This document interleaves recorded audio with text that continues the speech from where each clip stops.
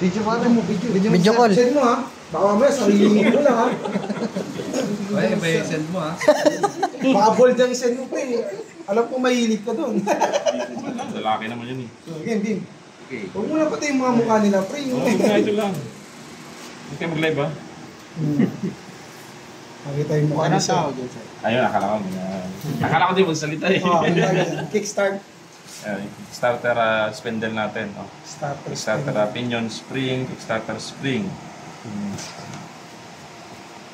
Tanggalin ko na yung buo yan. Lapit ka sa Tanggalin natin na yung pin natin.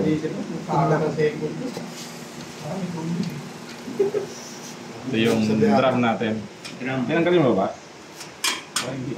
Bila. May circuit yan.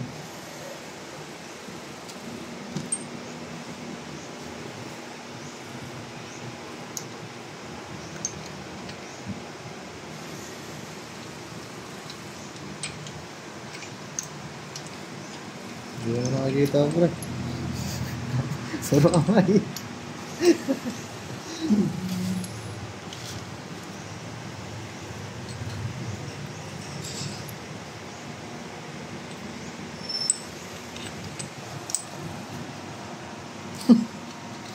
Wala na pala dun.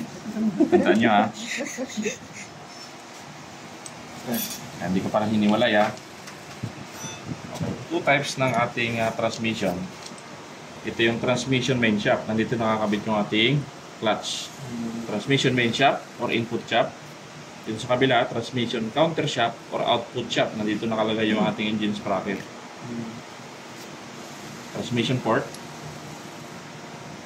Tandaan nyo, ito yung engine sprocket, kaya sabi ko baliktad para ang ano nyo, para tandaan nyo, nakalabas yung engine sprocket ang nakalagay. Mabubutin ko na ha. Ito yung fork natin. Tingnan yung pwesto ha. Ito nakapababa. Ito yung nakakabit sa counter shaft. Pag ganon. Counter shaft. Ito yung nakakabit sa input shaft. Tingnan yung pacing nila. Nakatihaya tsaka Ibig sabihin, kailangan mabasa si yung code. SE2. SE2. Kabila, iba. Kasi makamalito kayo. Iba pala yun. Ano pala yung isa ko. Si Bajaj. Yan. You can see, ilan yan? Apat? Apat. Okay. Pag ganyan yung itsura, si counter shaft, pag magsimula kayo sa counter shaft, ang partner ni counter shaft, magsimula kayo sa malaki, yung kabila naman yan, maliit. Sa tingin nyo, anong takbo nun? Low speed o high speed? Pag malaki at maliit. High speed sir. Ha? Low speed sir. Low speed. Kung low speed po yan, ibig sabihin, yan yung ating primera. Sa kabila naman, maliit, yan yung primera niya.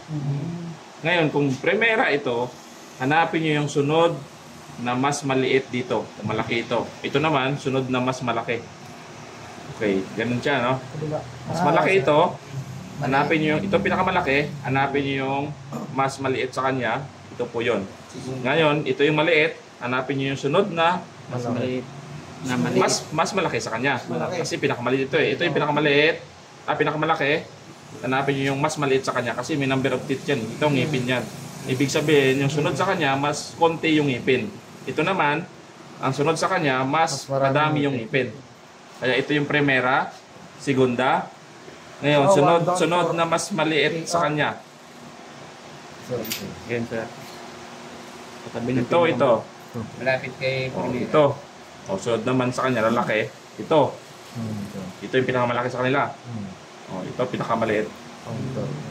Kaya primera, segunda, tercera, kwarta. Ba't di magkasunod-sunod, sir? Paano ba ang shifting ni CB110? Sunod-sunod ba siya? Hindi, 1 down for 3 up. Yun. Kaya nakadepende, sabi ko kanina, depende sa shifting. Kung 1 down, 3 up, nagsimula, i-down niya muna. Tama? 1 down, 3 up? 1 down, 3 up. Pero sungkit na lahat yun. Pabalik dito. Pabalik na yun dito. Ay, segunda. Tercera, kwarta. 1, 2, 3, 4. Yun, yung kabila na yun, yung 1, 2, 3, sunod-sunod yun, yung laki. Bali ito. Ito lang. O, simula dito, 1, 2, 3, 4. Yan ang pacing nun, doon yung sa sound wave. Yung laki niya. Dito, balik Malaki. pag sa ano, 1, 2, 3, 4. Pag 6, sir. Depende pa rin. Pag-anim, o katalawa, rater, Mm. di anim din yun. Kung 4 ito, Mm. kung quinta, 5, kung 6, 6. Ah, dikit na yun dito, sir. Mm. Iba rin yung ano niya. Kaya depende sa shifting niya. Si Rider, iba yung shifting mo. Ah, ganun din, sir. Kumbaga sa aliwado, kunyari, di ba ito? Sa lima. Primera, segunda, tercera, kwarta, tapos pag mayroon pang isa, quinta, sixta, ganun. Mm. Okay. Yes. Kaya pagka depende sa lalaki ng sa sa alam mo yung Raider natin ay 6 'yon, 6 gear. Kaya kita mo malaki yung kanyang makina kasi mas marami siyang gear. Tanggalin ko na Tandaan niyo lang ha, ito yung sa main shop natin, nakalagay yung class natin dito. Counter shop or output shop, nakalagay yung engage bracket. Sir, tanong lang sir. Pag naka-Primera sir, yun lang iikot sir, yung Primera. Ito lang. Opo. Ang mangyayari yan, sir, siya mag-i-engage dito, mag-iwalay yan. Pag sinabing idle gear kasi, sir, disengage lahat yan. Walang naka-engage. Opo. Mag-iwalay. May testing ko dyan. Silang iikot dalawa. Pero nakikita nyo, umiikot silang lahat, pero yung pinaka-function, hindi yan. Ito, iikot siya dito, sasamahin niya dito. Para umikot ngayon doon sa kabila. Sila magtatrabaho. Ngayon si Tresera naman, yan, sila dalawa mag-iikot. Kasi segunda. Yan. Pero pagka walang yan, pre-play lahat. Pre-play. Pag sinabing pre-play, wala naka-engage. Naka-idle ka. Oo, naka-idle. Neutral. Segunda. Yung ko, external snap plier. Yung dilaw. Hindi Yun daw. lang.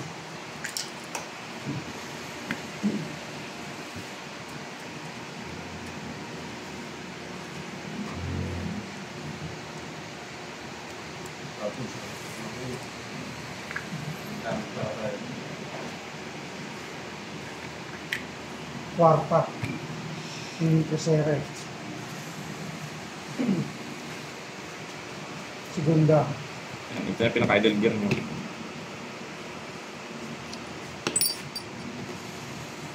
Tercera. Kwarta pala yan. Yung si tercera. Third G.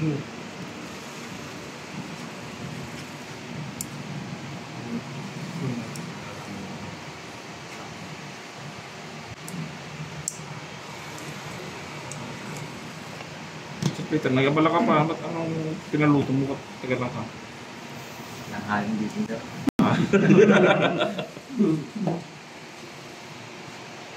So busy ka eh. Mag-review sir. Nag-review? Nag-advance tayo nag-review eh. Review. May gusto na siya kagabi siya. Customer. Oh, yan. Pagkasunod-sunod niya,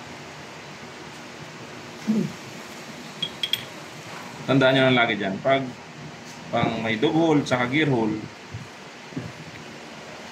mayroong mag-i-engage. Dito, pag may nakikita ka ganyan, ibig sabihin, mayroong may hangganan. Ibig sabihin, dapat hindi makalabas.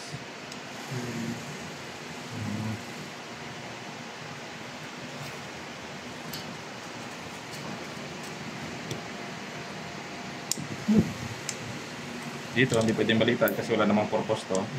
Kung may nakaganyan, kailangan na mag-engage.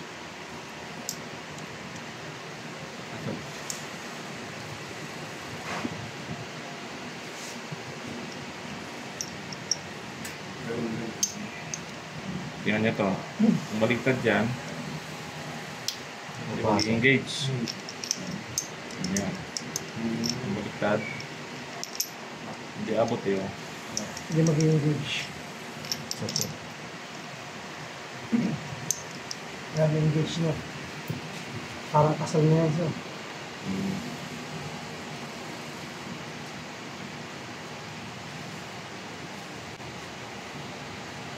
Kung tinanong anong parts ng transmission, Yan na, transmission input shock or main shock.